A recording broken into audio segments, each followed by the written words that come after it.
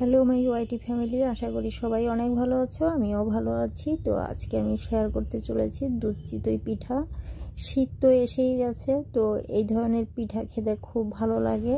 আর আমরা এগুলো খেয়ে ছোটোবেলা দেখে এসেছি, খেয়েছি। অতটা ভালো খেতাম না, তবে এখন ভালো লাগে। খুব যে একটা ভালো লাগে তা না।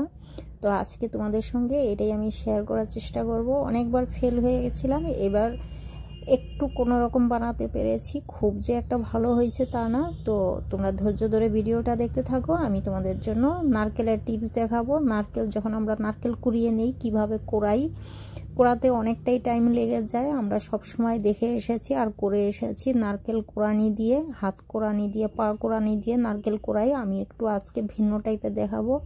আগেও হয়তো তোমরা দেখেছো কোনো এক ভিডিওতে, তো আজকে আমি আবার দেখাচ্ছি তোমাদের জন্য।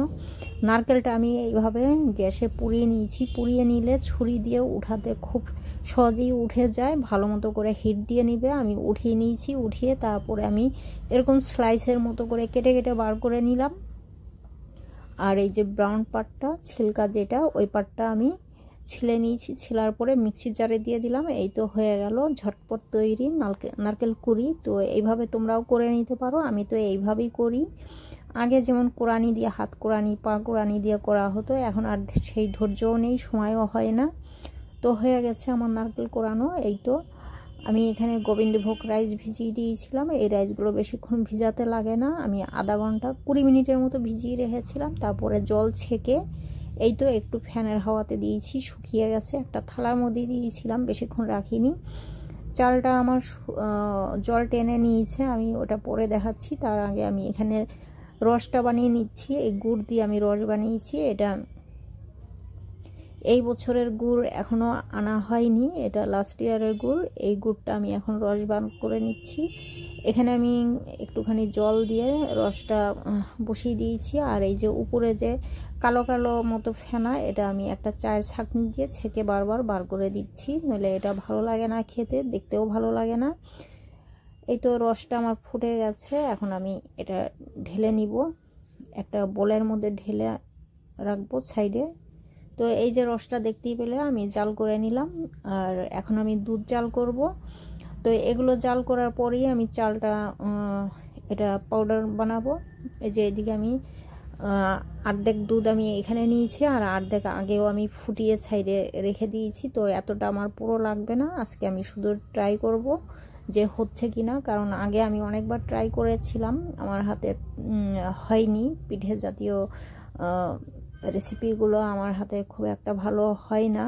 আর হয় না মানে কি, যে যেটা পছন্দ করে না তার হাতে সেটা ঠিক হয়ও না, এটাই আসল কথা। যাই হোক, দুধ জাল করা হয়ে গেছে, রসটাও রেডি হয়ে গেছে, সাইডে আমি রেখেছি। এদিকে আমি চালের পাউডারটা বানিয়ে নিচ্ছি। এই তো আমি মিক্সি জারে দিয়ে দিয়েছি। অর্ধেকটা আমি হাফ কেজি চাল নিয়েছি। এখানে 20 মিনিটের মতো ভিজিয়ে আমি জলটা ভালো মতো করে ছেঁকে তারপর আমি এটা দেখতেই পেয়েছিলাম, আমি দেখিয়েছিলাম একটা থালার মধ্যে একটু ফ্যানের হাওয়াতে রেখেছিলাম। তো এখন আমার অর্ধেকটা পাউডার করে নিয়েছি, আরও অর্ধেক বাকি। এই তো খুব সহজে হয়ে যায়।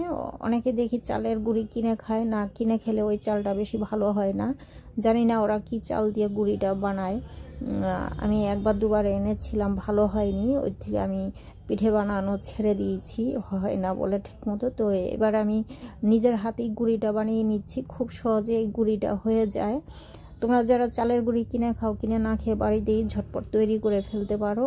এটা করা কোনো ব্যাপারই না। চালের গুঁড়িটা আমি তো খুব কম সময়ের মধ্যে খুব সহজেই করে ফেলেছি।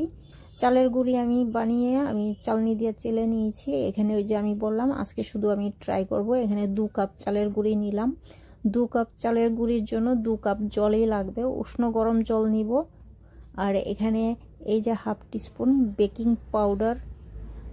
পাউডার অ্যাড করলাম, এটা যাতে একটু ফুলকো ফুলকো হয় আর সফট হয় এই পিঠেটা।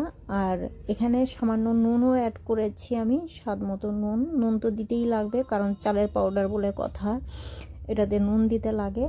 তো বেকিং পাউডার আর নুন দেওয়ার পরে আমি একটু এই পাউডারটা মিশিয়ে নিলাম। মিশিয়ে এখন আমি যেই কাপ দিয়ে চালের গুঁড়িটা নিয়েছি, সেম কাপেই আমি 2 কাপ উষ্ণ গরম জল দিয়ে এখন এই মিশ্রণটা আমি বানিয়ে নিব। মিশ্রণটা বানাতে খুব বেশি যে কঠিন তা না, অনেকে ময়দা, অনেকে সুজি, এত সব দেওয়ার দরকার পড়ে না, ব্যাস খুব ইজিলি এই মিশ্রণটা তৈরি হয়ে যায়। শুধু যদি চালের পাউডারটা আমরা ভালো পাউডার যদি নিই পিঠে ভালো হয়, এটাই আমি জানি। আর আমি নিজের হাতেই এই পাউডারটা করেছি, আমি এটা দেখিয়েছি। সম্পূর্ণ ভিডিওটা তোমরা যদি দেখো তো বুঝতে পারবে। তো মিশ্রণটা আমার হয়ে গেছে, এটা আমি 10 থেকে 15 মিনিটের জন্য রেস্টে রাখবো। তো এখানে 1 চামচ রিফাইন্ড অয়েল আর 1 চামচ, হাফ চামচ জল এই যে ভালো মতো করে মিশিয়ে এখন আমি একটা লোহার কড়াই নিয়েছি। কড়াইটা ভালো মতো করে একটু গরম করে নিতে হবে। তারপরে আমি এখানে তেল ব্রাশ করে দিলাম। তো অবশ্যই তেলের সঙ্গে একটুখানি জল মিশিয়ে নেবে। তো এখন আমি পিঠেগুলো বানিয়ে নিব। আমি যে চামচটা নিয়েছি এই চামচ দিয়ে আমি 1.5 চামচ করে দেব, পুরো 2 চামচ দেব না, 2 চামচ দিলে বেশি হয়ে যাবে আর পিঠে সহজে মাঝখানে কাঁচা থেকে যাবে। ওই জন্য আমি প্রথম চেয়েছিলাম 2 চামচ করে দেব না, 2 চামচ করে দিলে পিঠেটা নিচ দিয়ে পুড়ে যাবে আর মাঝখান দিয়ে কাঁচা থেকে যাবে। ওই জন্য আমি 1.5 চামচ করে দিলাম আর পিঠাটা খুব ইজিলি হয়ে যায়। জালিদার পিঠে হয়েছে আমার। আর এই তো দেখতেই পেলে পিঠেটা একদমই সেটে যায়নি, খুব সুন্দরভাবে হচ্ছে। তো আমি এখন থেকে চেষ্টা করব অল্প অল্প পিঠের রেসিপি তোমাদের সঙ্গে শেয়ার করতে। ওই যে আমি বললাম পিঠে আমার হাতে কোনো রকমের পিঠেই আমার হাতে হতে চায় না, জানি না কেন। আগের বার আমি দুধ পুলি না, ঠিক ওই হাতে সেমাই কেটে পিঠে বানাই না, ঠিক জানি না, সেমাই পিঠেই তো বলে। তো এটা আমি 2 বার নাকি 1 বার যেন আমি, তোমরা আমার চ্যানেল ভিজিট করলে দেখতে পাবে, হয়তো অনেক আগে আমি দিয়েছিলাম, লাস্ট ইয়ারে, তার আগের বছর মনে হয় দেওয়া হয়েছিল, ঠিক মনে করতে পারছি না। তো সেমাই পিঠা পেয়ে যাবে আমার চ্যানেলে। তো প্রথম পিঠেটা আমার খুব ইজিলি হয়ে গেছে, সেকেন্ড পিঠেটাও আশা করি খুব সহজেই হয়ে যাবে। এই তো হয়ে গেছে।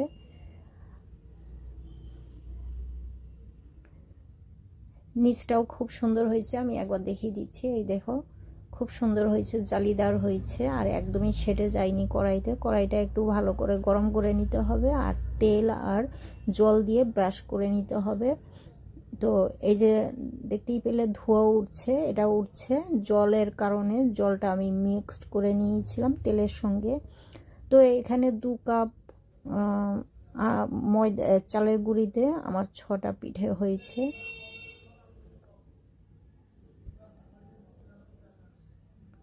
তো এরকম আমি একটা একটা করেই ভাবছি। আর এই দুধ চিতই পিঠা যেটাতে করে একটা মাটির খোলা থাকে, 4টে নাকি 5টা থাকে না, মাঝখানে গোল একটা আর সাইডে ঝিনুকের মতো শেপ থাকে, এটাও আমার কাছে আছে, কিন্তু এটাতে আমার হয় না। এই জন্য আমি লোহার কড়াই নিয়েছি। আমি চেষ্টা করব ওটা অন্য এক সময় যদি টাইম পাই ওটাও আমি তোমাদের সামনে শেয়ার করতে চেষ্টা করব। যাই হোক, পিঠাগুলো আমার হয়ে গেছে ভাজা। এখন এই যে আমি দুধ জাল করে রেখেছিলাম, আমি ঠান্ডা করে রেখেছি সাইডে। এখানে আমি হাফ লিটারের থেকে একটু কম আছে মনে হয়। আর এই যে রসটা বানিয়ে রেখেছি, এই রসটা আমি পুরো ইউজ করব না, কারণ আজকে জানি না কেমন হবে।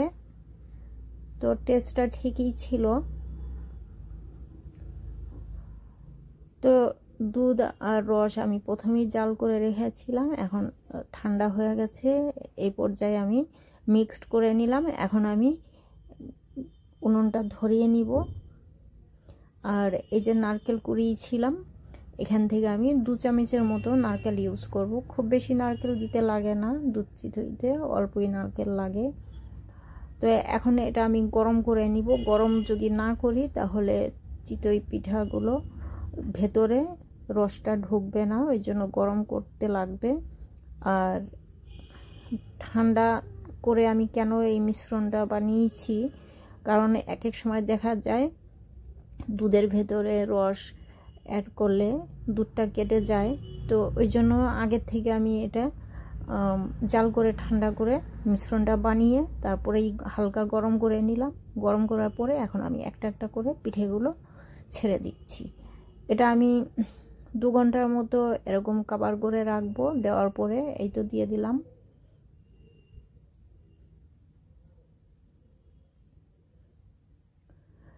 তো পরবর্তীতে আশা করি এর থেকে আর একটু বেটার দেখাতে পারবো। তো আমার এই দুধ চিতই পিঠা কেমন হয়েছে তোমরা অবশ্যই কমেন্টস করে জানাবে, আমাকে কমেন্টস করবে তোমরা, তাহলেই আমি পরবর্তীতে আর একটু ভালো করতে পারবো, নইলে আমি বুঝতে পারবো না আমি কি করেছি এটা।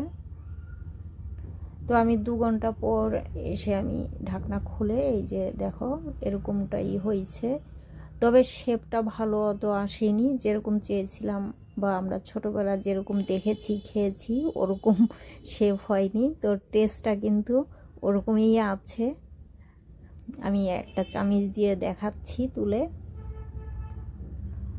জালিদার হয়েছে, ভেতরে রস ঢুকেছে, একদম নরম তুলতুলে হয়েছে, সবই ঠিক আছে, শুধু শেপটা একটু ছড়িয়ে গেছে, একটু পাতলা হয়েছে।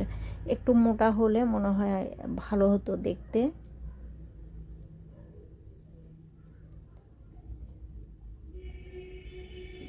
আর গুড়টা আমি ওই খেজুরের গুড় যেটা লাইট কালার, যেটা ভালো সেন্ট, ওটাই আমি ইউজ করেছি।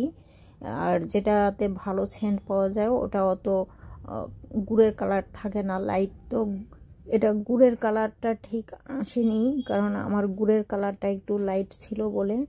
তো যাই হোক, সব মিলিয়ে মোটামুটি হয়েছে, খারাপ হয়নি।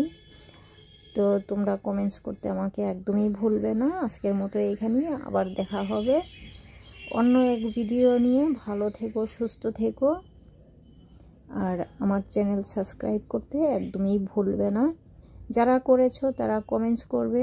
আর নিত্য নতুন ভিডিও পেতে হলে আমার চ্যানেল নতুনদের জন্য বলছি সাবস্ক্রাইব করে রাখবে।